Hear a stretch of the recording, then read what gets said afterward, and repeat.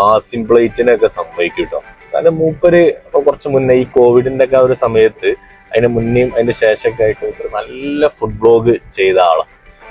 പക്ഷെ മൂപ്പർക്ക് ഞാന് പറഞ്ഞെന്താ വെച്ചാല്, ഞാൻ ഒരു 4-5 ഫുഡ് ബ്ലോഗൊക്കെ ഞാൻ ചെയ്തിട്ടുള്ളൂ. എന്നിട്ട് തന്നെ എനിക്ക് എന്തൊക്കെയോ വയറിന് എന്താ പറയാ ഒരു സുഖമില്ലായ്മ.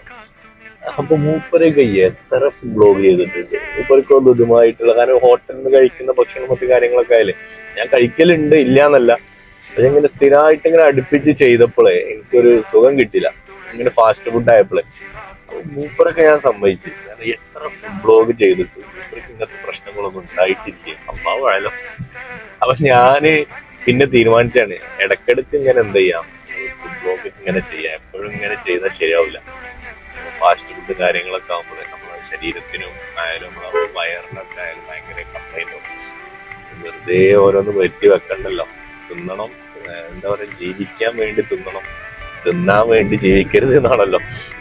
അപ്പൊ ഇടക്കിടക്കൊക്കെ ഇങ്ങനെ ഏതെങ്കിലും എവിടെയെങ്കിലുമൊക്കെ പോകുമ്പോ നല്ല നല്ല ഇഷ്ടപ്പെട്ട ഭക്ഷണങ്ങളൊക്കെ ഉണ്ടെന്നുണ്ടെങ്കിൽ എന്താ പറയാ, വ്ളോഗ് ഇടാം എന്നുള്ള ഒരു മൈൻഡിലാണ് ഇപ്പൊ ഞാനുള്ളത്. അതാണ് ഇപ്പൊ നമ്മളെ പേജിൽ നിങ്ങൾ വല്ലാതെ ഫുഡ് വ്ളോഗൊന്നും കാണാത്തത്.